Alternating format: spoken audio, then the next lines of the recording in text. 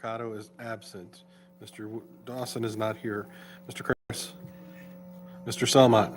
Here. Mr. Tedisco. Here. Ms. Downs. Ms. Blake. Mr. Hilsinger. We have a quorum. Thank you. Commissioner and public, please join me in the pledge of allegiance. Pledge allegiance To the flag of the United States of America and to the republic for which it stands, one nation, under God, indivisible, with liberty and justice for all. Okay, first order of business tonight is the application of 687 Main Street LLC, section 43.8 zoning regulations, construct 6 residential units and 1 townhouse, building per plan submitted, property located at 687 South Main Street. You hear the call for that, please? Sorry, I read a little too much. It's okay. Application of 687 Main Street LLC, owner and applicant. Application is for a modification to the previous approval pursuant to section 43.8 of the zoning regulations for construction of 6 residential units in 1 townhouse building per plan submitted at the property located at 687 South Main Street, Assessors Map 71, Lot 32, Zone R20A. Thank you. And representing the applicant tonight? Mr. Chairman, Yes. Mr. Bowman. I would like to make a public announcement here. Unfortunately, a few weeks ago at the Notch store, I ran into Mr. John Rickey, and I've known John most of my life.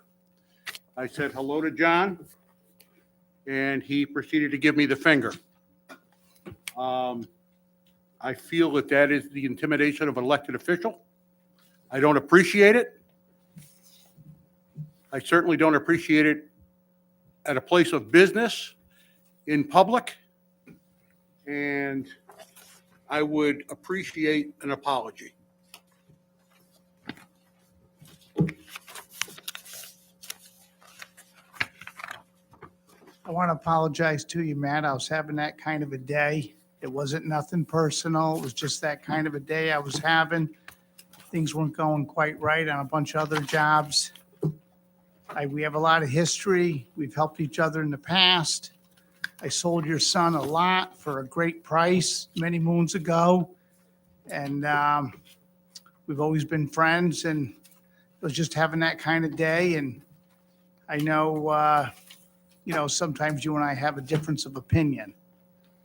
So I want to apologize. I hope you accept my apology. I do accept your apology, and I appreciate your apology, John. And to show my appreciation, I am going to recuse myself from this application. But I do want you to know that my job as an elected official here is to ask questions. And sometimes the questions are tough, and sometimes they're not. But that is what I was elected to do. I would ask the same of you or anyone else. When I have a question, I expect to ask that question, and I expect a respectful answer. And thank you very much for apologizing to me, and at this time, I will recuse myself.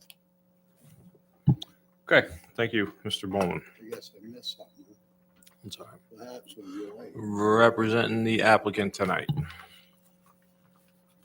Jonathan Rickey will be representing. And for the record, Mr. Dawson's here. As is Mr. Cardenas, yeah. I always come in with a bang, you know. Yes. We do have 3 alternates sitting up there. Would you please tell me who will be seated alternate in this application? 1, 2, 3, 4, 5, 6, 10. Well, we need 2. Who did not, was, Casey, were you here the last meeting?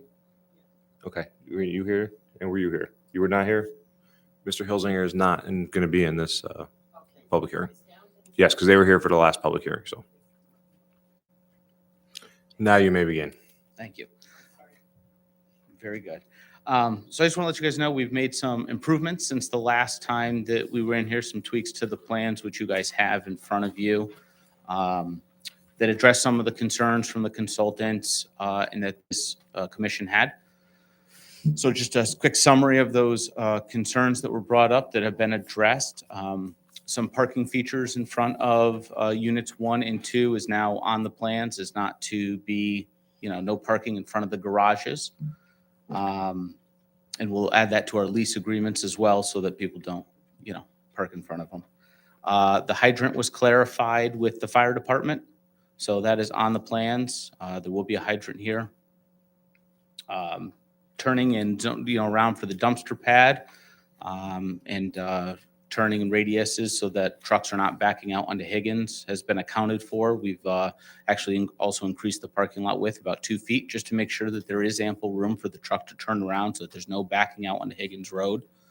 Added a few notes for the sight lines to make sure that there's nothing, no plantings or anything obstructing any of the sight lines for the cars coming or going or coming through from Higgins Road, pulling out or coming into the complex. There were some drainage issues and little things that added a field yard drain as well to manage. There's some concerns about some water flow coming from the northern side.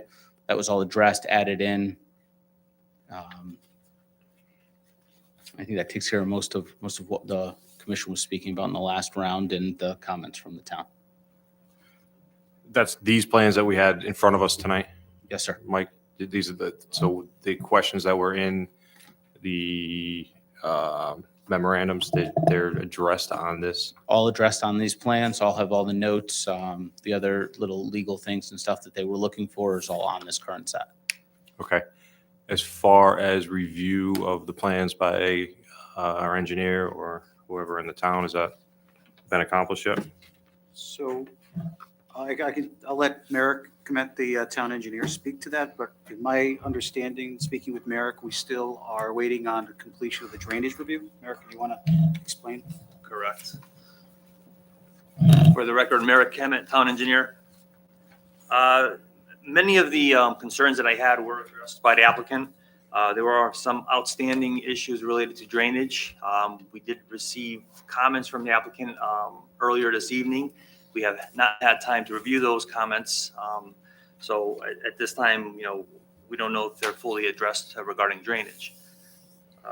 Regarding other issues, pretty much they have responded to everything that I had asked for, and I am satisfied with the responses. The only one concern I have is it's in my memo, which is probably in front of you, is I do have a safety concern regarding the entrance, for the access drive where Unit 1 is. They have addressed by adding a no obstruction area on the corner there to increase the visibility on that turn. But it's just, in my opinion, that it still causes a safety concern in my mind. So I just wanted to bring that to your attention. What would you like him to do? It's not my place to tell them what I would like them to do. I just, for what I see on the plans, it's just a safety concern. So you're saying that you can't tell him? I mean, I thought that was part of a town. I can't design. We would help an applicant. Yeah, and my understanding or feeling is that I can't design it for them. It's not my job. I understand that, but you did let him know what your concerns were, right? Yes. Oh, okay. Oh, yes. They're fully aware of the concerns. They've tried to address it by adding an easement on the corner for to increase the visibility, which is terrific. But just for the record, I'm saying I just have a concern on the approach for that Unit 1. If someone comes out of that garage, it's just so close to the roadway.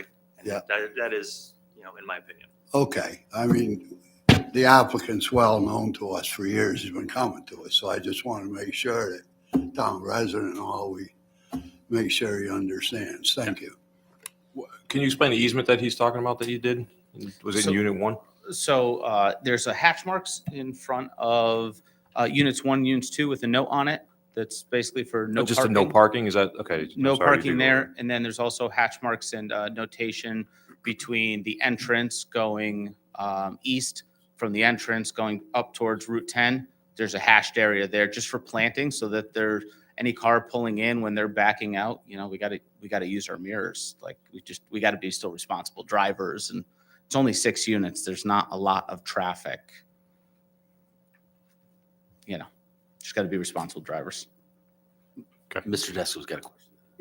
Mr. Tesco. Michael, are these couple issues that are remaining, are they the result of the change in design of the project? Because the project was approved once, Correct. and the difference in design may have created new issues, and that's just what I'm asking. That's correct. I mean, these is a result of the new layout. Obviously the buildings are stretched out. They're closer to the Higgins Right. Road, which then brings into the issues, the sight line, the parking configuration, the area has changed. Although the total area disturbance is decreased compared to your previous approved plan, it's still, the drainage design somewhat is altered. Correct. Okay, thank you. Mr. Strollo. Mr. Ricky, just on the parking on the left, is it possible to assign those places to unit 1 and 2? So they have like spaces outside? Or are you gonna give them like numbers, like no, unit 1 will have parking space 1 or unit 2, or is it just whoever uses it, uses it? It was set up for whoever uses it, depending on what apartments are occupied and what time of day you come in, come out. I mean, your primary parking. So there's no assignment of parking outside? Not as in of the lot? yet. Your primary parking is inside your garage. Yes, but like on the outside, because like if unit 1, unit 2 don't have that parking spot outside their house, I'm saying that, if they had those first 2 parking spots, that were assigned, then, it's less likely for them to park in where they're not supposed to be parking because they don't want to walk from the far side of the parking lot to bring, their groceries or whatever, Yeah, if they can't go inside the garage, I certainly could park, assign parking spots. Because if you had like the 2 first cars, two. if somebody had 2 cars, they, Yeah. had one out. I was just thinking that might kind of resolve an issue. And then as far as the garbage truck with the design of it turning around, that I know that the town engineer had some concerns about like backing out onto Higgins Road, which would be a bad thing. I don't know if when you do assign a garbage company to do the pickup, because that'll be in your scope of what you're going to do, maybe get a smaller, like not a front loader truck, maybe something that just picks it up and takes it out instead of a front loader truck that would have to pull in and back up and maybe have concerns about in the building because they're not looking or something like that. But, like those little smaller trucks, Sure. Possibility. So Yeah. just suggestion. But as far as assigning the parking spots, I mean, I don't know if that would be a big deal to do, but I would think it would be something that would help unit 1 and 2 and then deter them from parking in the wrong spot. Yeah, I mean, I certainly could paint the numbers right on those first 2 spots and leave them that way. Okay, thank you. Any other commission members? Questions? No? Okay. Before I go to the public on this, we were looking up dates before, and it seems we might need an extension, a day or 2 for the next public hearing. For the plans that came in tonight, they still have to be reviewed, which means we can't close the public hearing on this. So we have to ask your permission to extend the public hearing, and it kind of is in your best interest to extend the public hearing, or else we're not going to be able to listen to reports from the drainage that came in, as I understand, tonight, if that's correct. 6 o'clock tonight or something like that. Yep, I guess, yeah. Okay. I think we need something, a letter or something that needs to be sent to Mr. Glidden. Or you have it there? Okay. Okay. Anyone from the public wishing to speak on this application? No? Okay. Commission members, one last time. All right. Thank you. We'll be holding this public hearing open.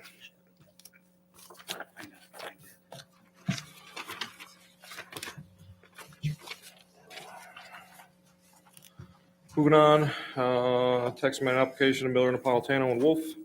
By care of Anthony Pizzone. We hear the call for that, please. Text amendment application on behalf of Miller Napolitano Wolf LLC, applicant Anthony Fazone Esquire, agent. Application is for change to section 45B, subsection 9, pertaining to special regulation for the ICSDD of the zoning regulations. Proposed changes are concerning property owners association related to proposed developments. And representing the applicant tonight. For the record, my name is Anthony Fazzone. I'm an attorney here in Cheshire with the law firm of Fazzone, Ryan, and Raschuti. And as stated, we represent the applicant. This application concerns property in the northern part of town, referred to commonly as the North End Project. It's been in and out and back and forth of this commission since, more recently, since 2008. And it is now known as Stonebridge Crossing. It's a 7-lot subdivision, which has been approved by the commission. Most recently, I believe the last approval was dated January 10th. And the property is also established as an interchange special development district, which allows for the applicant to propose a special set of regulations to be followed in the development of the properties there. And that was approved, including the special regulations, in last July. That was approved in 2019.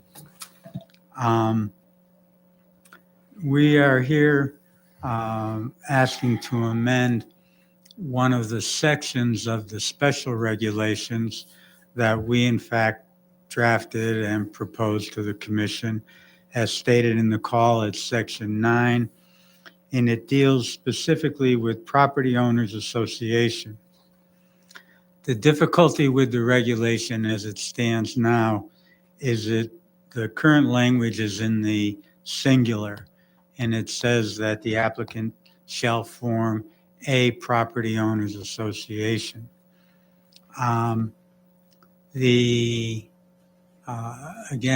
the regulation was developed when the project was looked at on paper, and again, it anticipates only one association. We're asking to revise that regulation to, and the key words are to allow one or more associations. Now, the key mission or purpose, if you would, of these associations as they've developed, you've seen more of them with respect to residential developments, is to take care of the stormwater drainage facilities. Both state and town regulations require that any development have zero increase in stormwater runoff. So all of the increase in runoff from the increase in impervious surface has to be taken care of on site. And to do that, most developments have either subsurface facilities or detention basins. The concern about one association arose last year when the commission approved in July of 21, commission approved the multifamily residential development on lot 7, which borders on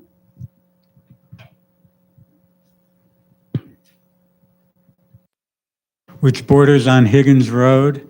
And this is lot 7, and it's entirely private roads, no public roads, and all of its detention facilities are located on lot 7 itself. So unlike the detention facilities on the property is bifurcated by the 10-mile river, and lot 7 is the only one on the west side of the river, and the detention facilities on the east side of the river are impacted by the short public road that comes in off of Highland Avenue, right here. And that ultimately drains into this area with a detention basin located right in this area.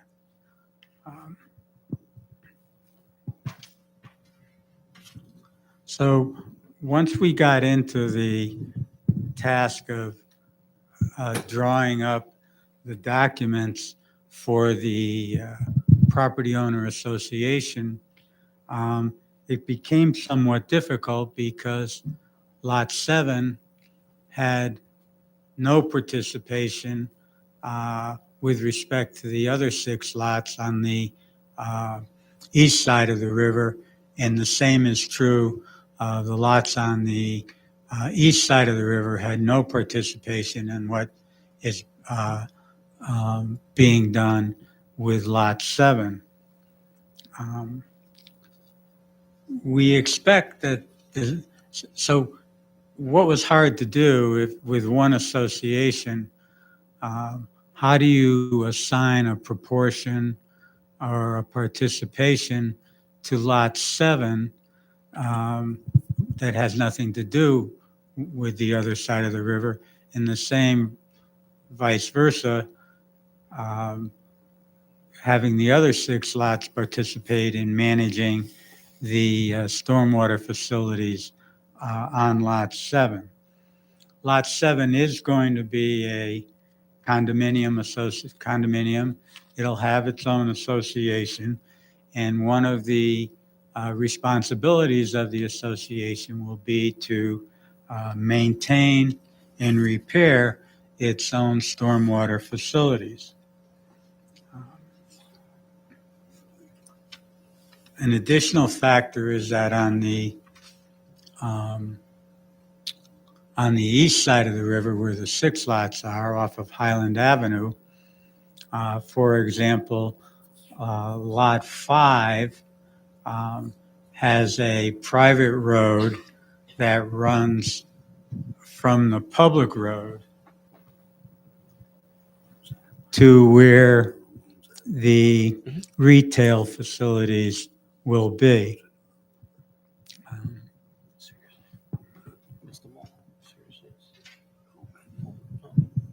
I don't know if it,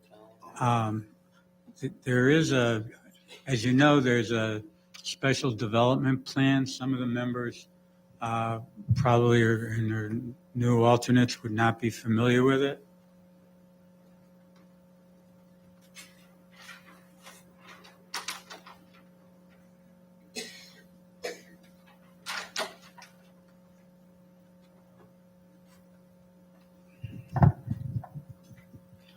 So up in this corner is Lot 7. Its detention facilities would be down in this portion of the lot. There's no interconnection. One of the original proposals for this property had a bridge crossing the river. That's no longer in effect.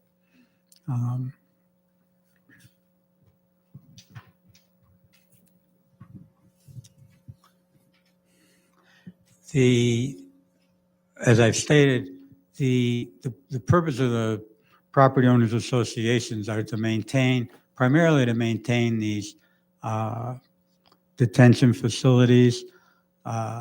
The declaration for Lot 5, the retail, and including the other lots on that side of the river, will be involved with the private road. Will all be involved with signage on Highland Avenue. And again, basically nothing to do with Lot 7, where the entrance is in off of Dickerman Road.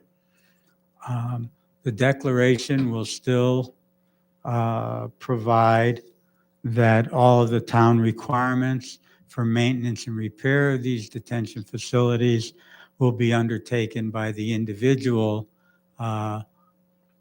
property owner associations if you see fit to approve the change in the regulation.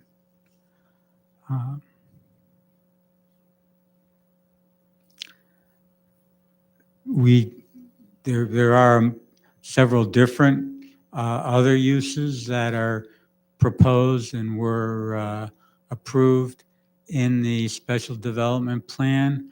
There's a provision that would allow for a hotel.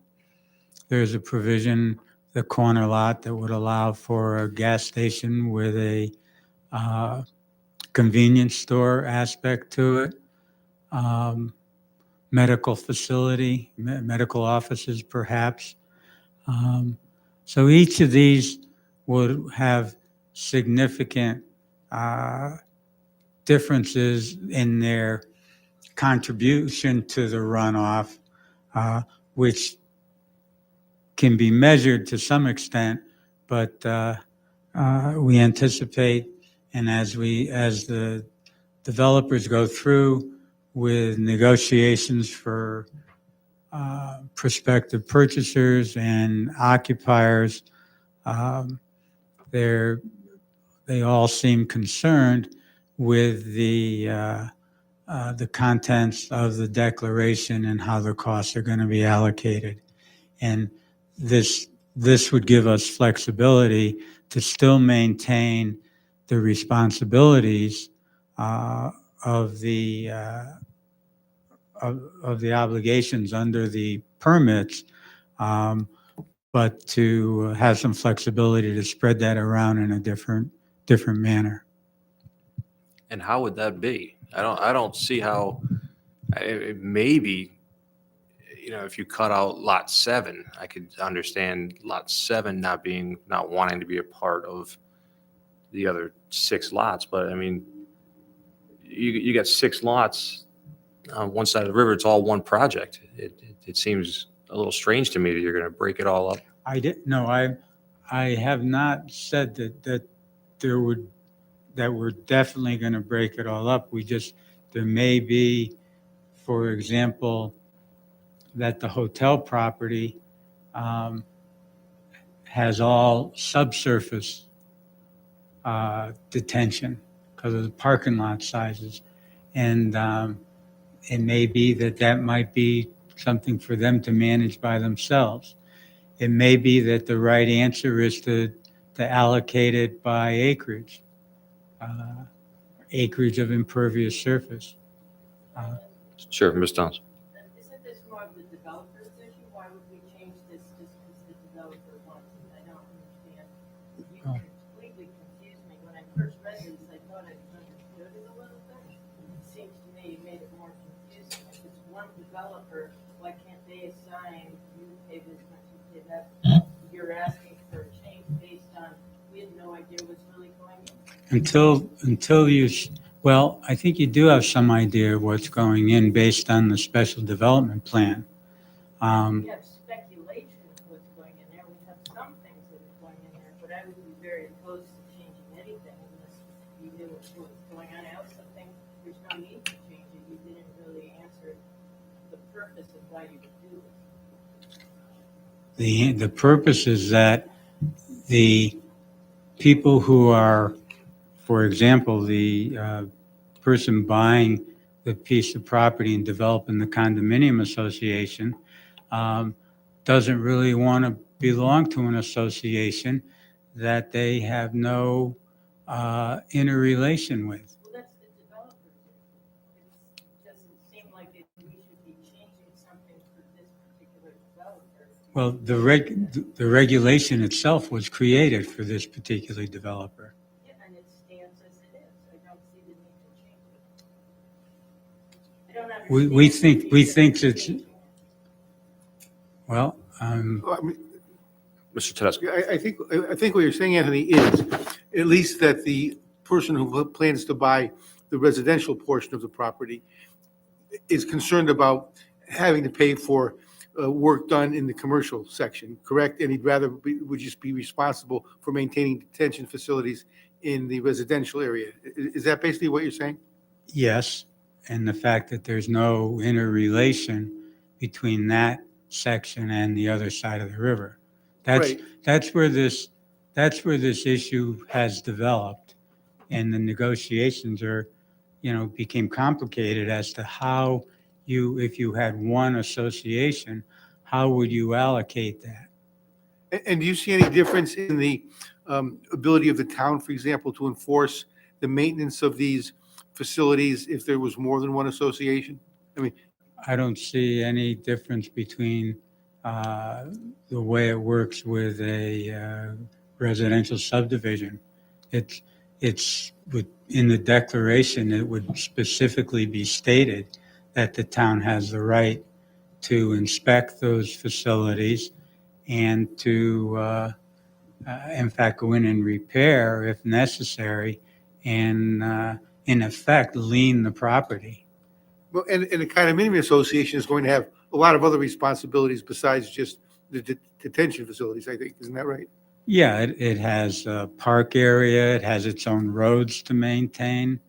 All the roads within the condominium, the residential part, all of those roads are private, have nothing to do with the town. They all have to be maintained by the condominium association. Do you anticipate, and maybe you can't answer it at this point, that there would be a need for more than two property owners associations?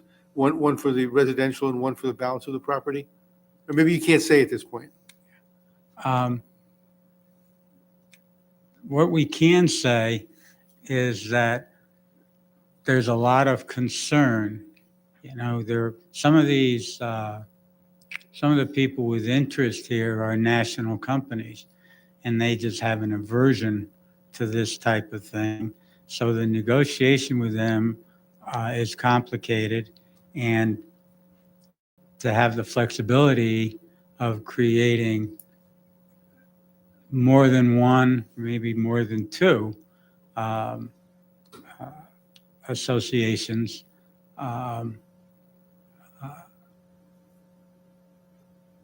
overcomes that aversion that they have, that they would be maintaining and anything directly related to them. Thank you. Oh.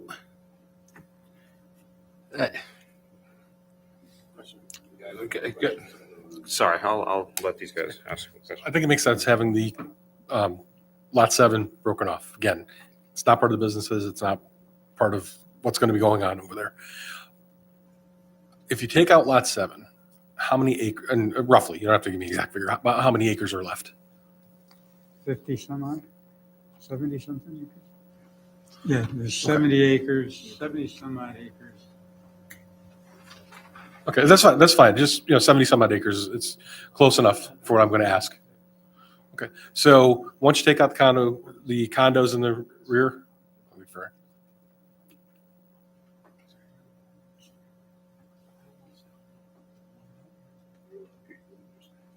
Yep. So once you take out the condos in the back or the townhouses in the back, the leftover acreage, all of that's going to be covered by an association or a number of associations, correct? So there's not going to be like a detention basin that everybody says, no, we're not going to have. It's going to have to be assigned legally, written up. It's going to be split up, whether it's one additional association or three additional associations. So there's nothing coming back to the town for any kind of liability. When If it's the town all- needed to go in there, they would go and say, okay, association number 2, this is your area, fix it. Association number 3, this is your area, fix it. Am I reading that correctly? Correct. When it's all said and done, when the whole place is developed, all of the town requirements for maintenance will be met in one way or another. Gotcha. So I don't know, when I look at it, as long as the town is, for me, I think as long as the town is covered and the total acreage is covered by 1 or 2 or 3 or whatever number of associations it is, I don't know. I don't see a big issue there. Again, I don't see an issue because in order, as it works with residential subdivisions, in order to get COs, those declarations have to be in place and that they're reviewed by the town attorney and by the town engineer to make sure that those facilities to meet your approvals are taken care of. Gotcha. So, Yeah. I'm sorry, the upper right-hand corner, that's the big parcel. That's lot number 5, right? Mm-hmm.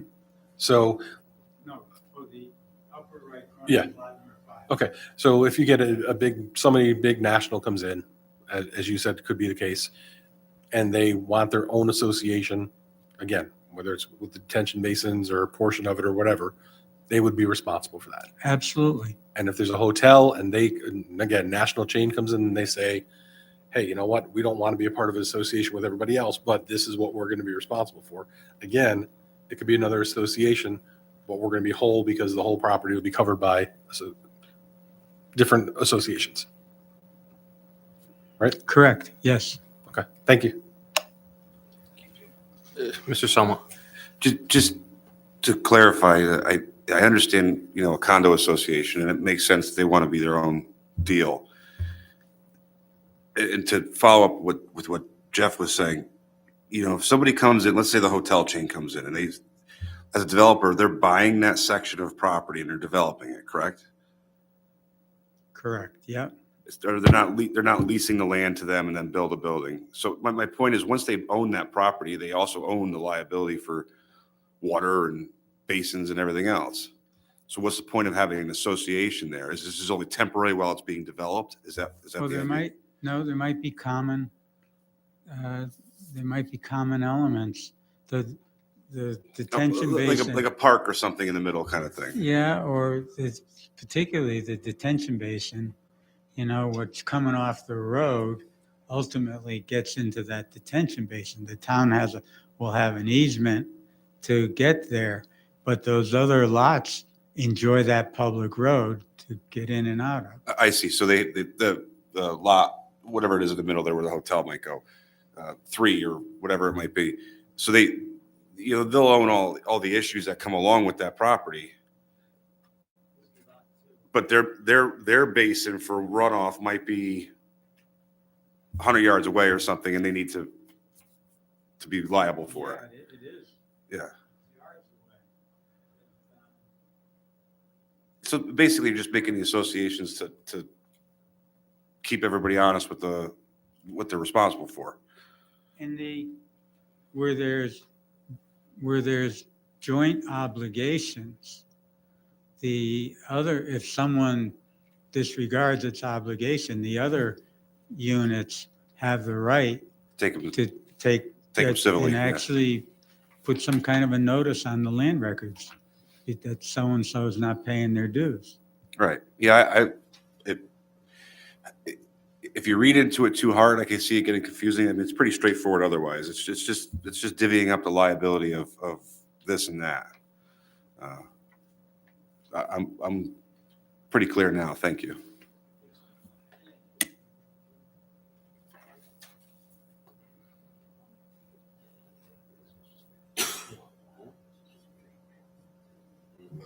They can't say too much because they don't know what's coming in there.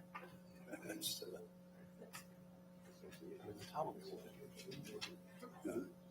The town will eventually. This one has about the new development. It's gonna be covered.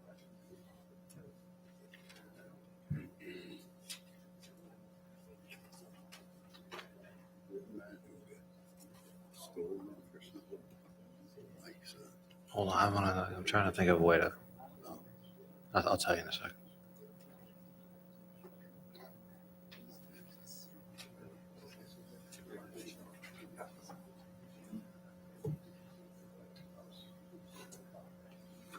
Anthony, what happens if one of the lots goes bankrupt, loses the property?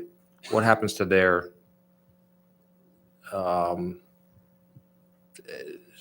share of everything? And, they have their own association.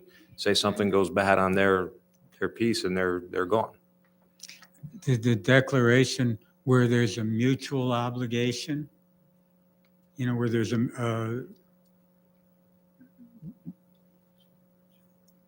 if it involved only the maintenance, say, of the park on that property, that wouldn't be maintained but when a new owner came along, they would have to What if it was a bring it up detention? to date. You keep referring to the detention basin all the way in the back. I wouldn't want to own the responsibility to that, or does everybody own Everybody. a little piece of that? Everybody's going to own a little, everybody on the east side of the river is going to own a little piece of that responsibility. Because it handles the stormwater runoff, not only from the road, as well as other aspects of different lots. So what happens Lot with the 3 first mi- one? What happens with the first guy that comes in? I mean, obviously everything has to be built and established. And So they're now, operating. the first person that comes in is responsible for everything in their association until a second person comes Well, in. generally, the developer bears some responsibility through the development period. Because those other lots and the roads and the impervious surface is contributing to it.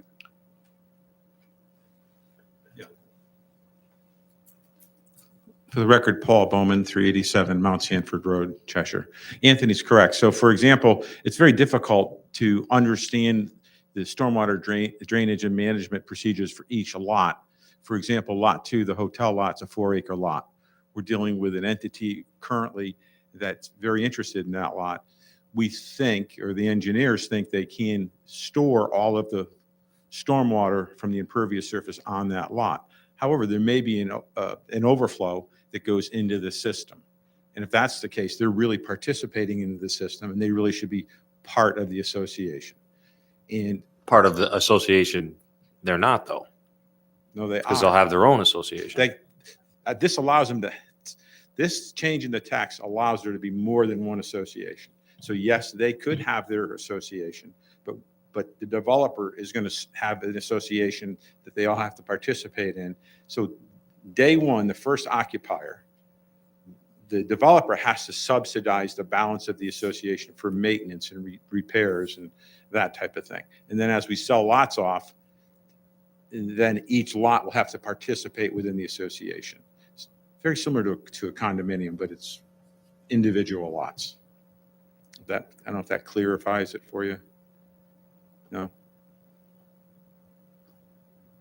You couldn't have an instance, say in Lot 7, where you could have two homeowners association? Does this open the door to that? Well, he's going to have his own homeowners association. I understand that, but say they want to break it up, the north side doesn't like the south side, and they have two different, I mean, I just making sure, I don't, Which one's the Hatfields and which hey, one's the McCoy's, McCoys? yeah, right. You know, say there's two different detentions, it's a big piece of property. We're trying to keep this as simple as we can, yet it's complicated because like Anthony said, we're dealing with large corporations that are set in their ways and they want to limit their participation any way they can. And we don't want to let anyone off the hook. So when everything is developed, let's just say the east side, all 6 6 of lots. those are developed. There's 6 different ones, not one. Like, so basically there could be 5 different ones, but there's still, the developer would be the 6 because you're still. The big one that the developer has is the one that they all have to belong to. No different than a residential subdivision. If you have 7 lots or 6 lots, each one of those lots has to belong to the association and they have to pay their dues. So they're all gonna have their own association and they'll all be part of the overall association. Well, they're going to all be part of the overall association. They may or may not have their own association, but we don't want to take that ability away from them. So the hotel, the chance of them having their own association is probably very remote. Lot 7 will definitely have their own association. Lot 5, the commercial, multiple buildings there, and the common charges are going to be divvied up in different ways. And so those costs are going to have to be allocated through an association. But you said before that Lot 7 doesn't want to be a part of the east side. So that means Lot 7 would not be part of I think the, Anthony said that, yeah. is that true? So Lot 7 should be treated completely different than lots 1 through 6. That's the position Anthony put out there because Lot 7 really isn't connected at all. Exactly. So they're not participating. They don't have the why benefit you- of the road, of the new town road. And from the beginning, I said, I understand that, but why do you have on the other side 6 individual, but they're still really part of the one overall? It Well, doesn't. it's a subdivision. Stonebridge Crossing has 7 lots that are bifurcated by the 10-mile river, the east and the west side. So the idea was that lot 7, because it's really not interconnected, they're really not going to have a sign out on Route 10. They're really not going to be landscaping out there that they're going to pay a percentage of to the And association. I could understand that, but what I don't understand is why you need 6 different. We on may it. not. We're just asking for more than one. There's not going to be an association for the gas station convenience store. They would belong to we'll call it the master association. Very doubtful that the hotel on lot 2 would have their own association. The residential project on lot 3, it's doubtful, but they may allocate costs to each of those apartments internally. And we want the ability for them to be able to do that through an association and not close the door that there's only one subdivision, one association for the entire subdivision.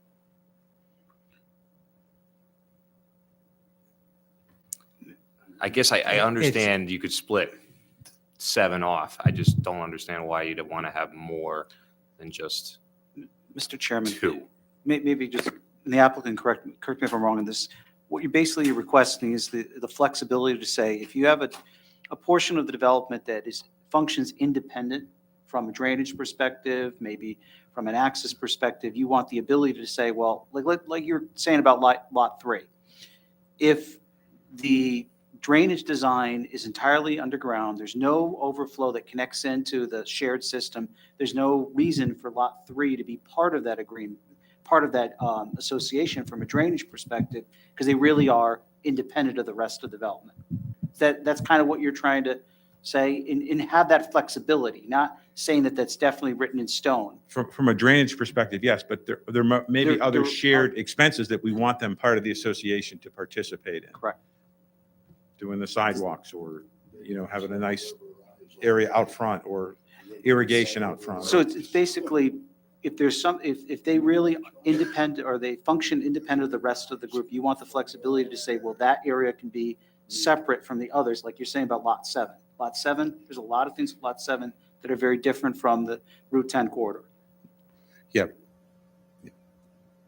And then the liability of the owners, whomever they are, it travels with this property. The town is not on the hook for maintaining any of these facilities that are shared, whether it's drainage, whether it's sidewalks, et cetera. They still are. And if let's say someone were to say, well, maintain the park, I'm not going to maintain my basin, 2 things would occur. One, if there's multiple entities within the association, they could file liens against them for failure to participate, failure to maintain. The town also can do the same thing, calling it in and saying, listen, you're not maintaining this. This was a condition of approval. If we go on, we lien and clean, or we do whatever that needs to be done. We're still protected regardless if it's 1 or 3 different associations. As long as they're else. Then why can't you just bring lot 7 in and say the same thing too? Because if you're going to break it up into individual associations, but you can still go after them for something that could happen, why couldn't lot 7 be brought in? Brought in, To take advantage, you have a problem on the east side. You could have you could have lot 7 on their own. You could have 3 different associations, let's say on the east side. All 3 of those on the east side are responsible for something that could happen on another association's thing. If they go, why couldn't they go after number 7 too? It's the same thing. Separated by what? There's a river? That doesn't mean anything. So to clarify, so then for lot 7, are there any common elements that lot 7 shares with the other 6 lots? Whether it's drainage, whether it's roads, anything? No, not to my knowledge, not that I've seen. So it's truly standing out on its own. So because it stands on its own and has no part of this, then they would not be subject to be brought in if they have a problem on one of the other associations? on the other system, that's correct. If you put yourself in their situation, in any one of their situations, that control, if you have one association, control of the association is going to be, the fear would be that it'd be on the east side of the river and they can dictate to the west side of the river. And it's same with anybody, the guy at the corner. I mean, it's highly unlikely that there's going to be a multitude of associations on the east side of the river, but there may be more than one, just because But they're all still entity- responsible for everything that happens. just because on- the entity doesn't want to be controlled by someone else. Which Well, leads me to say that they don't have to. You're saying they don't want to be controlled by someone else, Well, but they are controlled But because they're there's- still it's set- responsible. It's set what they're doing at the beginning, and then no one can change it on them. They can't be outvoted. I just don't understand how you could separate them all, and just because lot 7 is not a part of whatever, You that they're wouldn't- not you- responsible. you Like, wouldn't something sep- legal's got to be said that Yeah. you can't go after number 7 for any of the problems that would be on the east side of the river that 1 through 6 could have. Correct. That would be the one example. But that could also be written to lot, did you say lot 4 where the hotel was? I mean, could you say, well, you're not responsible for anything down the line too? If we approve this? It may go beyond one. It's unlikely. There's so much in common over on the other side, but if you get an entity that doesn't want to belong, then you've got to have a vehicle. If the hotel is a national entity, it doesn't want to be controlled by someone else. You need a vehicle to do it. I don't know. It's just confusing because that they'll have their own home association, but they're still I would just like to say, subject to it. if I was a homeowner or condo owner, whatever, on the other side of the river, I don't want to have any association with the commercial side. I totally understand that. So but what why he's- wouldn't it be a separate association? What I don't understand. it what is a that- separate association, just like they could have 2 separate associations on the east side, Yes. but they're all responsible. He says They're- you can They're go responsible after. for this side. They're responsible for that side. Done. It's easy. But you could And then have- if there's 2 on There's this not side, just 2, there could be 3, there could be 4. That's what I just, yeah, but I mean, it's like I mean, the odds of that happening, or I think it's just going to be 2 associations. But I mean, I don't see how they could break up to 3, but they might. They have the option. When the river gets high, you won't have to worry, so flood them all out anyway. So what do you The want? Great Flood's coming. The truth. I lived here all my life. I can tell you how many times it's been over the roads. Nobody checks the records, so they just testify to their behalf. Our town engineer should check them things. So The town engineer should check, be prepared for these kind of things. What I say is factual. I can stand up. I'm not going to pay somebody to look up the old records, but I've seen the road flooded constantly. Bad rainstorms, we have floody seasons. Any resident in Cheshire is listening, probably home saying, Woody's 100% right. But if you know the town, you have to go way down Cheshire Street and go around it all, or over the Waterbury side to get around it. I mean, you got to look at all these things. Can't be sliding everything through all the time. The engineer should be involved more than he is. sure, Mr. Mutluck. I know that there's seems to be some differing opinions up here as far as the associations go. So I just want to, again, clarify for myself, everybody else. Doesn't matter the number of associations, the town is covered. The property is covered. The catch basins will be covered. The detention basin will be covered, whether it's part of 1 association or 2 associations or 3 associations. If this were not a special development district, we wouldn't be having the conversation because each property would be its own. That lot 7 would be its own subdivision. But again, just want to clarify that. So the town is covered. The wastewater management, anything else is covered. Yeah, wastewater management. Well, is- not is wastewater. I mean, the totally detention basins. separate, but Yeah. yeah. there will be the COs won't be granted for the buildings until the town is assured that the non-municipal facilities, in other words, everything but the town road, is guaranteed to be maintained in a specific way. The language is all spelled out in the declaration. And then if somebody defaults, like you said, it's a legal proceeding between the homeowner associations. And, for Mr. Kurtzman, he said if there's bankruptcy or somebody abandons a property, goes to the bank or whoever that owner is until the property actually transfers ownership again, correct? Correct. So there's always somebody that's going to be responsible. Ultimately, yes. Thanks. Mr. Stone, so the purpose of this, which makes sense to me, is that this gives the owners, the present owners, the developer, more flexibility in negotiating with different persons that are going to be buying the property. And if you can spread things or cut up the homeowners association, that may assist in being able to sell the properties. Is that accurate? Exactly.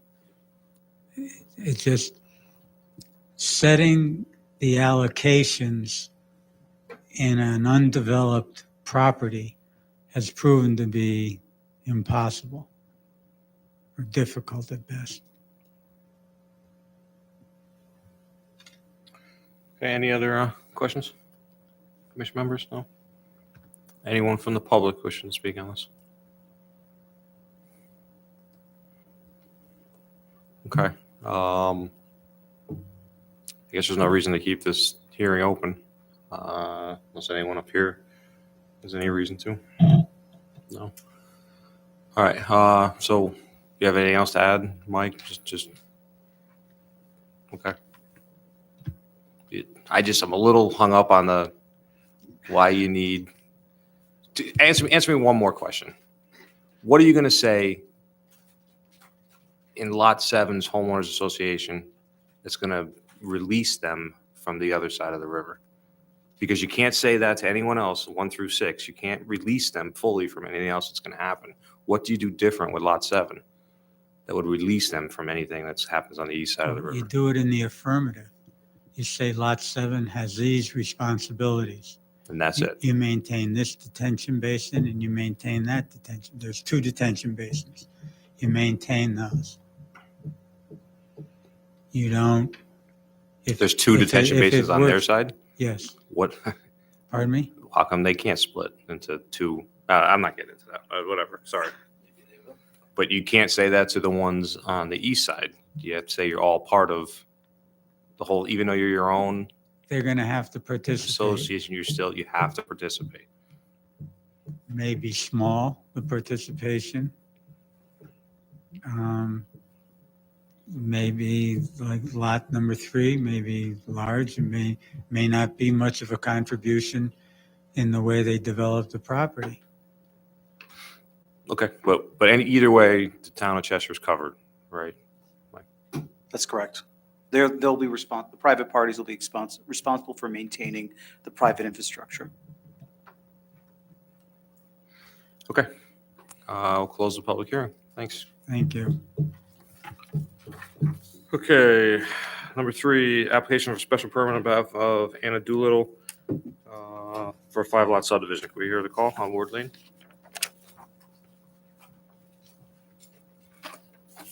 Application for a special permit on behalf of Anna Doolittle, owner, Ryan McAvoy, PE agent. Application is for creation of 2 rear lot access associated with a 5-lot subdivision of the property located at 851 Ward Lane, assessor map number 69, lot 68, in R40 zone. Okay, representing the applicant tonight?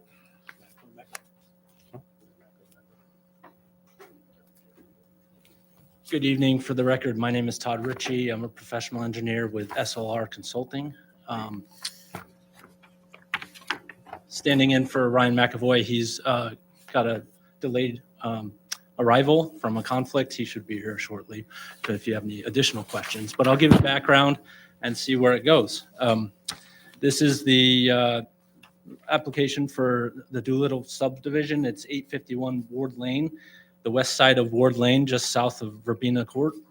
Existing single-family house on 8 acres plus or minus in the R40 zone.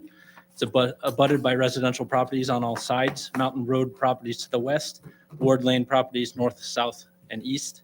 It's mostly wooded along large lawn areas to the west and south of the existing house. The topography ranges, it's relatively gently sloped, high point in the north at 218, low point at 197 along Ward and to the south. Water is available. There's no public sewer. The existing house is served by water and septic.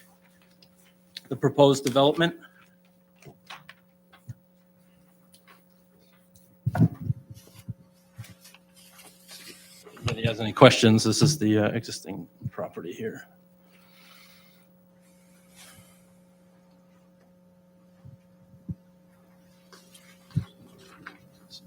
Proposed subdivision is 5 lots, 4 new lots and 1 existing, with the existing house. The 1 lot is a formal frontage lot with its own 50-foot frontage strip to the north of the existing house. 3 lots will be off of a 375 linear foot common rear lot access way from Ward Lane, an average of 1.5 acres per lot. Minimal earthwork for construction, except being some cut in the first 100 foot off of Ward Lane. Lots, again, will be served by public water and septic. Septic has been approved by the health department. Plastic infiltration galleries and stormwater basin will be provided for the access way, access driveway, and rain garden will be provided northernmost lot to handle, store, and infiltrate the increases of stormwater runoff. And soil and erosion controls are shown to be constructed on a per lot basis. Received approval. Wetlands are actually off-site.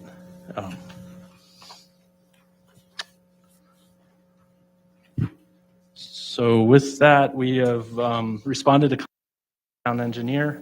Our latest response letter was June 3rd, 2022. To our knowledge, all of our issues or comments that we've received have been addressed by the town engineer. I believe as part of one more thing, under the subdivision regulations, it says that rear lots may be permitted by the Planning and Zoning Commission, subject to obtaining a special permit from the Planning and Zoning Commission as provided in Section 40. Such approval shall not be granted unless said commission finds that the land characteristics and physical site conditions make the creation of rear lots practical and desirable, and only if the commission determines that there is no logical or feasible alternative for the lots to be properly served by an accepted town road at the present time or in the foreseeable future. So a couple of comments supporting the shared access drive. Oops, I do have a pointer. Grab my pen instead.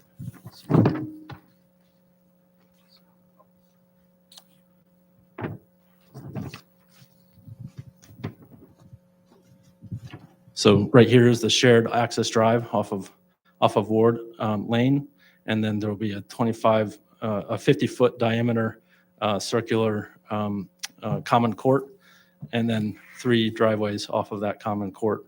And this will be a private access way. The total width of the access way is 60 feet plus or minus, and the width of the common drive will be 15 feet paved, and then I believe it's 6 feet on each side of gravel for some vehicle pull-off for passing.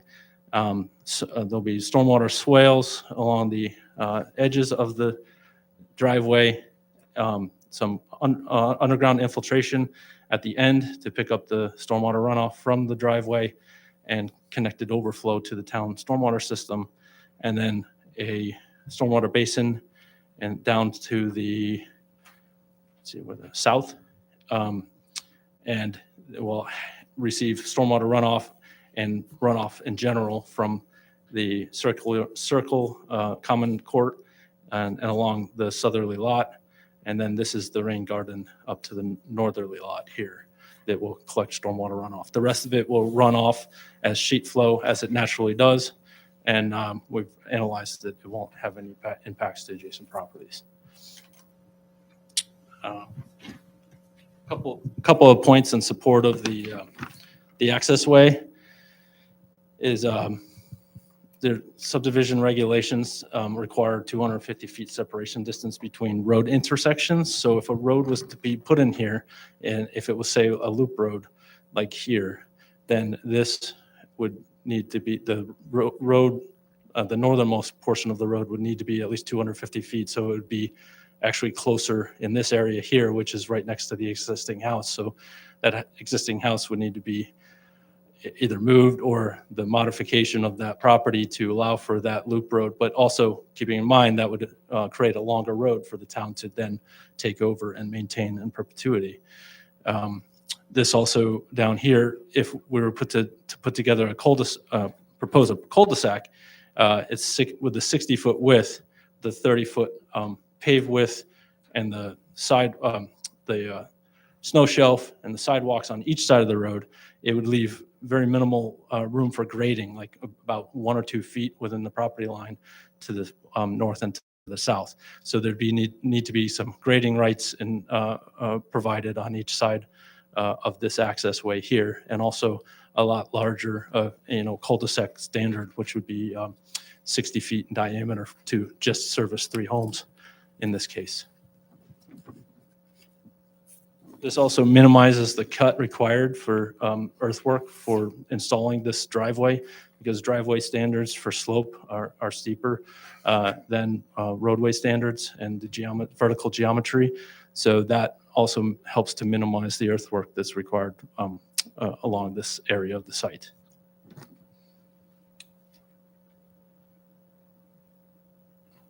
I think that's pretty much it. The other thing too was if there was to be grading rights provided in this lot here, it would also get very close to the existing septic system, which will be maintained.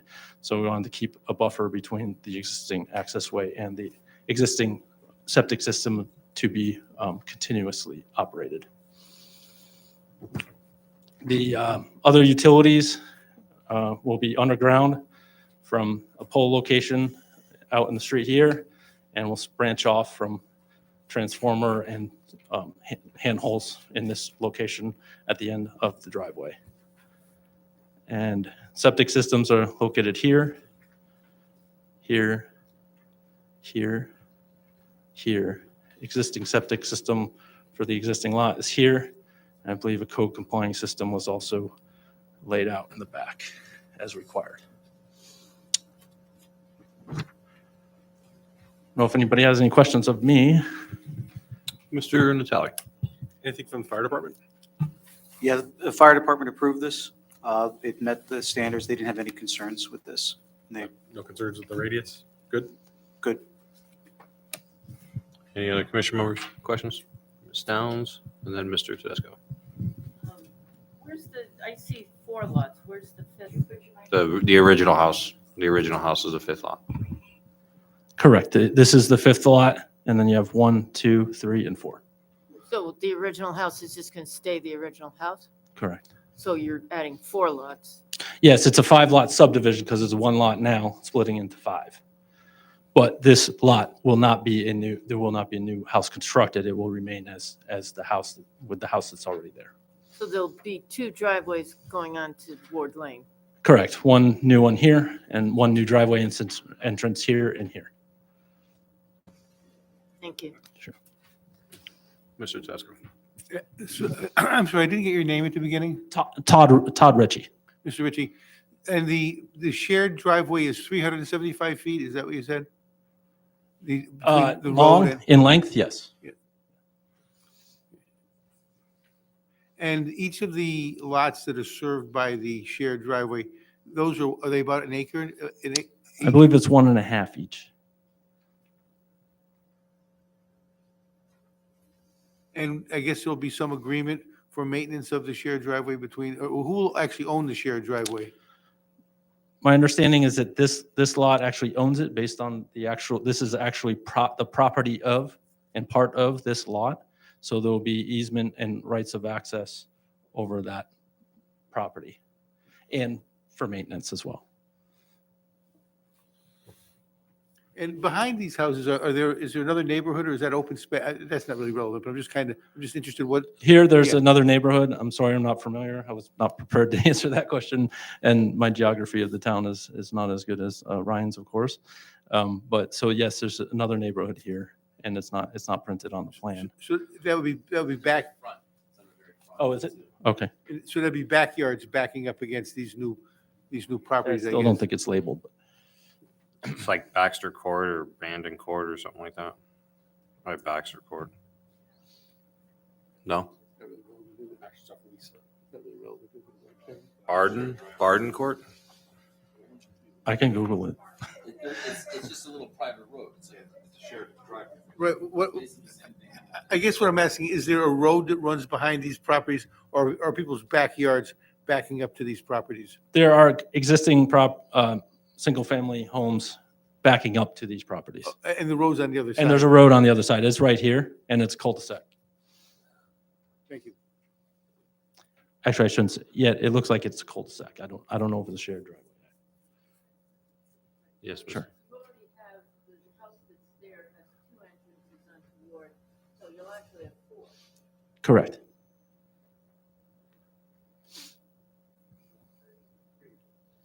So it's a circle. Yeah, there's a circle here, right here. But that is existing, as you noted.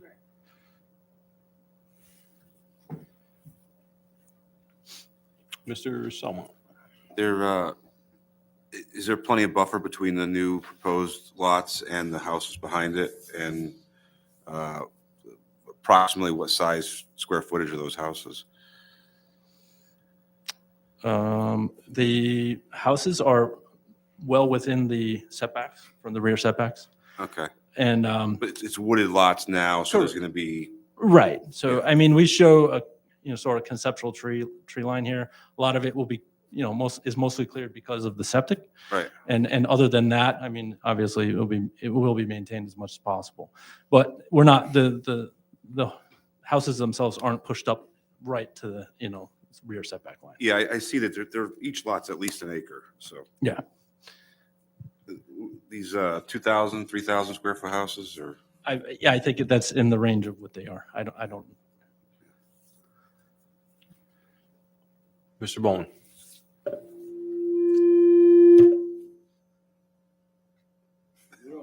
There's a seat. But this is a private driveway, private road with a 3-lot. But the rest of the lots in back of it are all also rear lots that access onto Mountain Brook. So, It's a private road there too. yeah, it all seems to be in keeping with what is in the neighborhood now. Thank you. That's helpful, thank you. Oh, Ryan showed up. Any other questions from commission members? Anyone from the public wishing to speak on this application, ask questions on this application? I think I'm going to close it before Ryan gets up here. All right, thank you. We'll close the public hearing. With that, I'll entertain a motion to adjourn the public hearing. Move Mr. Cudero, second by Mr. Natale, sorry. All those in favor of the motion signify by saying aye. Aye. All right, moving right on, I'd like to call to order the Planning and Zoning Commission regular meeting for Monday, June 13th, 2022. Can I get a motion to accept the minutes from the public hearing and regular meeting from 5/23/2022? Motion to approve the public hearing and regular meeting minutes. Moved by Mr. Natale, seconded by Mr. Strollo. Any corrections in the minutes? I was not here. I did watch the meeting, read the minutes, and I am able to vote on it. So with that, we have 1, 2, 3, 4, 5, 6, 7, 8, 9. So Mr. Hilsinger was not here last meeting, so Mr. Hilsinger will not be voting on these applications, on this motion right now. 1, 2, 3, 4, 5, 6, 7, 8, 9. Oh, you know what? Mr. Bowman is here. Yes. So I'm going to have Mrs. Blakeby, the alternate. Yeah. Yep. That's correct. Okay, all those in favor of the motion signify by saying aye. Aye. Anyone opposed? Anyone abstaining? Motion carries unanimously. Communications. Do we have a zoning enforcement You report? have a zoning enforcement report from Mike Strollo. Should be on your, in front of your, I didn't see it. Maybe we it didn't wasn't get in the packet because he just finished it this afternoon. I just printed it, should be there. I can go over some of the high points here for you. I got it on my phone. It's okay. I'll get you one. 129 Mountain Brook is an enforcement that's a house is under construction. They did not follow the approved grading plans and has resulted in a wetlands violation. The Wetlands Commission started a show cause hearing. It will be coming to you next because the modification will require changes to the approved drainage plan for the subdivision. 1330 Peck Lane is a closed issue with drainage. De Janeiro on Weiss Road, we have talked to the developer now twice. We are waiting for the report on the dam update, a safety report, and we've explained to him that no lots are to be transferred as per the approval till that is provided. But he also has until the end of this calendar year to complete the inspection, so we've keep reminding him that December is coming soon. The other thing that we've asked him to do is cutting the vegetation along Route 68. We said now it's gotten to the point where it is a site obstruction. So he is supposed to be addressing both items with the importance on that sight line right now because the weeds are really high. He's in the approval. It shows that area is actually maintained as grass. It's not left to the wild, like kind of what he's left it right now. Go ahead. So I know that you said that they can't transfer properties, but isn't it also that the building department won't issue the COs? Well, I mean, you won't be able to transfer property to someone without a certificate of occupancy. Okay. So it's kind of a catch-22 for them. They're Yeah, but we're not just going out there saying, hey, you can't transfer the properties. They won't get their COs. We're given a heads up that the zoning department will not sign the certificate of occupancy because basically we sign that certificate of occupancy, that property is transferred out to another entity. So that's why we keep saying, one, you have till December, but December is going to come quick. You need to do this. The other just two important ones. One was brought up at the previous meeting, Bone and Prime, concerns about the outdoor dining there. We have actually met with them about this. The fencing is cemented to the ground. However, we are requesting additional measures be placed there because it's not sufficient to stop a car from driving through the fencing that's there. We're planning on going out Thursday to doing the follow-up. They were supposed to put planters or blocks around it. So we're hoping that will be implemented in a speedy fashion. Bone and Prime. They have flower boxes all around it and They actually were supposed to provide larger planters around the perimeter when they came through for their temporary outdoor dining. And that's what we're requesting, to provide sufficient safety for the patrons that are sitting out there. I eat there, that's all I know. The last one is Hartford Healthcare on West Johnson. The developer has been contacting the police department. We're getting the stop sign on West Johnson installed immediately. So they knew that they had to do this. There was a little miscommunication on whether it was actually part of the approval with the police department, and we've clarified that. They will have to put that stop sign in, and it's been ordered. Where's it? It's on West Johnson. The address is 765 West Johnson. It's the new Hartford Hospital Healthcare. Isn't it a big straightaway right there along the highway? Yeah, but it's a stop sign on Marion Road, right? Correct. Oh, there isn't one there now? They're supposed to add an additional one. That was part of the approval to increase the sight line, if I recall, looking to the east. So what happened was Mike Strollo reached out to them and said, listen, part of your approval was you're supposed to do this. Now, they have a certificate of occupancy or temporary conditional certificate of occupancy for the first floor only. And we've held, the only reason why that was not asked of the developer was that they still have to do the second and third. So the thought process at the time was, well, listen, when they come in for the rest, we're going to ask for the stop sign. And I asked Mike, said, you know what? That was part of the condition of approval. As you're increasing activity in this parking lot, we need to push the stop sign sooner rather than later. That was to address a concern of the sightline. So that Mike reached out to them, worked with them, and now straightened out the communication, line of communication. That stop sign's coming. That's Marion and West Johnson. Correct. And like I said, that was, if I recall, it was addressed in the Is that on sightline. both sides or just stopping, which it's be one on the bridge and one on the? It was other side? one side. I believe it was to the east was where that was Bridge. supposed to go in, yes. Coming from the bridge over. Yep. So those are some of just the main highlights. The other thing Mike put in there is, I know we talked about this at the last time he did his update.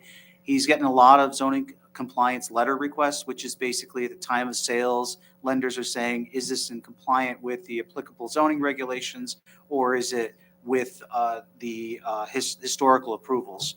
So I asked them to keep tracking these because it's something we don't charge a fee for, but sometimes these involve significant work by him, by going through approvals, going out doing inspections. So, I mean, we kind of would like to probably institute a fee for this, because it's always, they come in on Monday and they want them by Wednesday, the latest. Yeah, that's a good idea. Mr. Bohm? I don't know how this thing works or doesn't work, but, why, they're asking for a certificate, and yet all this is public record. Why doesn't their attorney do the legwork instead of us doing the legwork? And I certainly agree that there should be a fee. If we have to do it, there should definitely be a fee. But this is all public record. It is not up to us to do their homework. Correct? What happens is the lending institution wants it on our letterhead from whoever is the official charge of the enforcement of the zoning regulations. So yes, I agree with you that it's something that they benefit from. However, 9 out of 10 times the banks say, no, we want that letter not from your attorney, we want it from the town. Then we know, oh yeah, the regulations were reviewed, the approvals were reviewed, and the individual who is charged with enforcing those standards said, yes, it's in compliance. But I would agree, perfect world, this would entirely be on the private entity, not the Have them town. do the homework, bring it to us and put it on your letterhead with them certifying to you that, they've done the research and this is what they found. I mean, how do you do a title search? You don't go out, or either the town assessor or the tax collector doesn't go out and do a title search. The attorneys do the title search. So I don't know why we're doing all this work. Yeah. And certainly if we're gonna do it. we Is need it to charge a common sufficient thing? for it. Most all these towns do it? Every town I work for, it's a common thing. They They charge. Yeah. This is actually the first town that I've worked for that is that does not something we charge. can put the fee in, or is it something the I believe town the council town has to put the council fee would in? have to approve the fee. You hear that, Dave? So, So we'll We be, yeah. have to make a move on it to send it to the town council. I Or could draft we them. automatically go to them. I can draft a correspondence for the chair to sign, maybe for the commission for your next meeting, then we can forward it to the town council that requests the establishment of fee associated with the zoning. But, and compliance. it's something we are required to do? I mean, we could say no if we wanted to. I mean, I'll leave it up to you guys. You're doing the work, or. Yeah, I mean, I would, like I said, perfect world, the private entities would do the work themselves, but reality is they come to the town, they want the town to do this, we do the research, and sometimes it's a lot of research that's involved in these requests. Okay. Anything else on that? Mr. Talley. One more question about that. So is he also enforcing the blight Yes, he is. ordinance? Yes, he is. So like the Webster Bank down the other end of town with the grass that's now growing measured in feet and the shutters falling off the side of the building? We actually are in contact with them right now as we speak. I'm sorry, is there a definition of blight somewhere in our regs, or It's actually an ordinance. It's not in the zoning regulations. is that, I'd like to see that ordinance. It just see how detailed it is. I can send, yeah, I can send, there's a varying degree of conditions that are considered blight, whether it's the grass is unkept, exceeds the height of 12 inches, to, you have boarded windows, collapsing roofs, et cetera. So yeah, Tom, I can send you all that. It's a whole host of what he's looking at. When you get a chance, thank you. And the second part of my question too, for communications, do we plan to get anything from the economic development? So I know in the past we talked about, hey, what types of things are coming to town, so we can look at our regulations. If I don't know if they want to bring something, but we're not friendly to it. It's something that we can consider if we know the types of businesses that are trying to come to town. Yeah, I can talk to Andrew. Maybe let's ask him if he can do a little quick update on anything that we've had, like you asked earlier about issues. Yeah, well, I can talk to Andrew maybe second meeting in July, not in 2 weeks, if possible. We meet in July? Yes, twice. August, that's right. Okay. Any other questions about the zoning enforcement report? Okay, moving on, 687, we held open. What does everyone feel about the text amendment for Miller, Napolitano, and Wolf? Something we could vote on tonight? Okay. Mr. Bowman, you're recused, and I'm gonna do Ms. Downs and Ms. Blake. Can we hear the motion for that, please? Yes, Mr. Chairman. Motion to approve text amendment application on behalf of Miller Napolitano Wolf LLC applicant, Anthony Fazone, Esquire agent. Application for a change to section 45B subsection IX pertaining to special regulations ICSDD of the zoning regulations. Proposed changes are concerning property owners association related to proposed developments. Commission finds that the proposed amendments are consistent with the goals and objectives of the 2016 Plan of Conservation Development. The effective date for the change is Friday, July 1st, 2022. Move Mr. Natale, seconded by Mr. Kaderis. Was that you? Okay. Any discussion on the motion? Mr. Tedesco? Michael, shouldn't we have the actual changes attached to the motion, or can we make reference in the motion to the particular changes, so the exact wording of the change is part of the motion? Yeah, you could amend the motion to include the following. Proposed changes are the following. Each property owners association shall be required to maintain, repair. Well, actually, let me just read the motion from the beginning with this included. Before you do, I think that you want to start maybe beginning and read the entire new language. I think you just started in the middle. I would start with the entire new language. Okay. Yeah, I was going off the new text that was, I highlighted it. I know that some few commissioners at the last meeting wanted to see that highlighted in my staff report. I think you want to read the entire subsection then as it reads with the new language, then not just the added.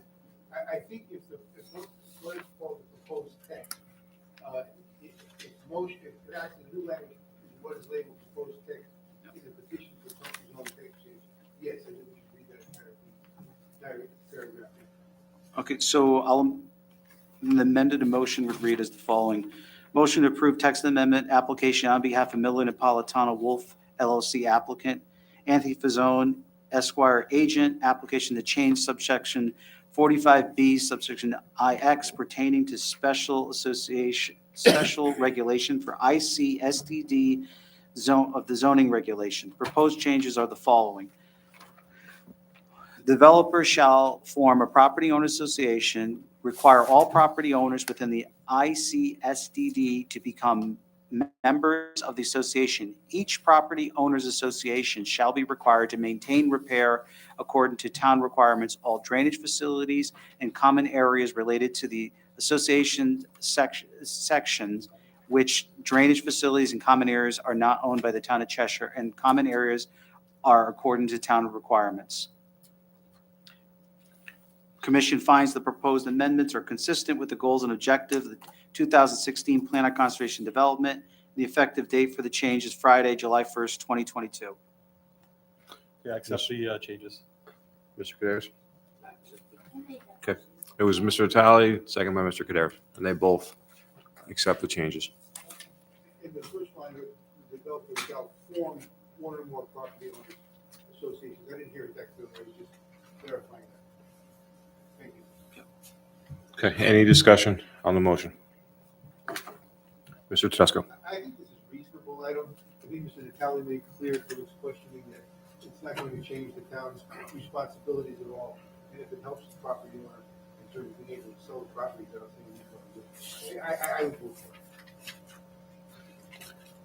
Yeah, the only reason why I'm voting for it too is because if the town's protected, I heard from Mr. Glidden, Mr. Natale, it's going to be protected. I don't particularly understand it. I don't know how they can separate one of the associations, but that's the lawyers can figure out. I'm not gonna hinder it. So, anyone else with any discussion?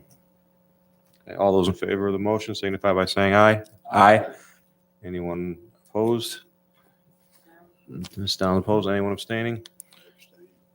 Mr. Dawson abstaining. Motion carries 7-1-1. Okay, everyone's all right with the application for the Doolittle property? I assume? Yeah. Okay, do you have a motion for that, please? Matt is back in here. No, I'll put you in. That's all right. She was in the last one, so how's that? No, Miss Blake will not vote, and neither will Mr. Hilsinger, because I only need one. It's only Mr. Bricado.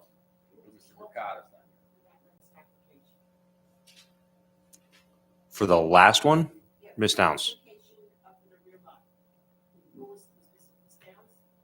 For the home, that was the text change. Who was the, I need the same person who was the alternate. I can have any of them because they were all up here. So I'm going to select Miss Downs on this one for the Doolittle property. And then we should have 8 of the regular members here. She's going to take Mr. Bricado's. Text change. Because we needed her because Matt was out. So it's Matt and Bricado out, and so was Hilsinger. We needed both of them. Matt's back. We only need one. I took. Okay. Now can we hear the? Motion to approve application for subdivision on behalf of Anna Doolittle, owner, Ryan McAvoy, PE agent. Applications for the subdivision of a property creating 5 lots of the property located at 851 Ward Lane, Assessors Map 69, Lot 68, R40 zone. Further, the Cheshire Planning and Zoning Commission find the applicant has demonstrated compliance with the standards set forth of the Cheshire subdivision regulations. Approval is subject to the following condition. 1, final site plan development plans that will be reviewed and approved by the town engineer to ensure compliance with the subdivision's drainage plan. So that's for the subdivision. Mr. Kaderis, second by Mr. Strollo. Any discussion on this motion? No discussion. All those in favor? Oh, I sorry. was gonna say real quick, Mr. Tisco pointed out, it's consistent with the rest of the neighborhood. I live right by there. I'm sure it'll be a nice addition. You have to make a finding that's desirable, so, what's that? We have to make a finding as a commission that it is desirable, the rear lot access, yes. We gotta get, I guess we should have minute to say that Michael said that it's consistent with requirements of the subdivision regulations, but I guess we could say specifically that we find the characteristics. The characteristics and physical site conditions make the creation of rear lots practical and desirable. And we also determine that there's no logical or feasible alternative for the lots to be served by an accepted town road, street, or highway at the present time or in the foreseeable future. It's rear lots 5.5A, general provisions. Paragraph 1. Mr. Kaderis, you're okay with that change to Mr. Stroll? Okay. Ms. Downs? Just going to say, since I'm voting, I'm going to vote against it because that same provision 2A says rear lots shall be avoided in new subdivisions where possible, so therefore I'll be voting against it. Okay, any other discussion? Okay, all those in favor of the motion signify by saying aye. Aye. Anyone opposed? Ms. Downs, anyone abstaining? Motion carries 8-1. Thank you. Going on a new business, I'm going to let Mr. Strollo handle this. The new business, application for a cluster subdivision, application for special permit for two special permit, 1, 2, and 3. You want me to read it all out, or do you want to read it all out? Mr. Chairman, Yep. sorry to interrupt you. You actually forgot one thing. We had to vote on the special permit for the rear lot access.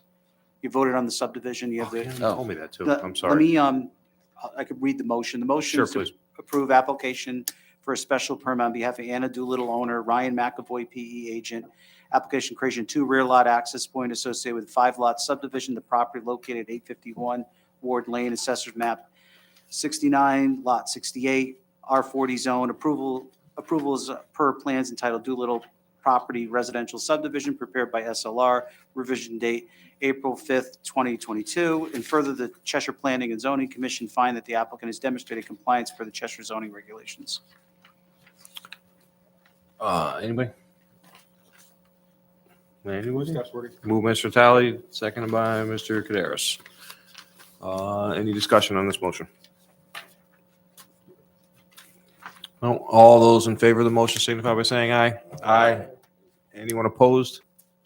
Ms. Downs, anyone abstaining? Motion carries 8-1. Thank you. Now I'll let Mr. Strollo. New business, number 8. Application for cluster subdivision on behalf of Lovely Incorporated. Application for special permit to section 42 of zoning regulations on behalf of Lovely Development. An application of special permit for earth removal, 1, 2, and 3, scheduled for 7/11. Huh? Need a Slurpee. You want to read them in, or? They're received by the commission and it'll be advertised for July Okay. 11th. You don't have to read those in. All right. So So do I get to say motion adjourn? you have one other application that was What? received. There's, What? I said 1, 2, and 3. yes, you do. Late edition. What was it? Number 4, Taylor Properties, they're requesting a special permit for 306 Highland Avenue for demolition of existing building, construction of new dental facilities. So, and that came in on Friday, so Oh, it's just to add. it's just Oh. added. But when are we scheduling for it? The same July 11th, same night, 7/11 7/11. Slurpees.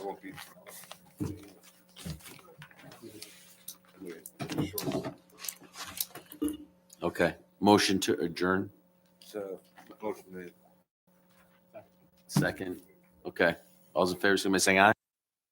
Okay, we're out of here. Maryland, Selma, and myself.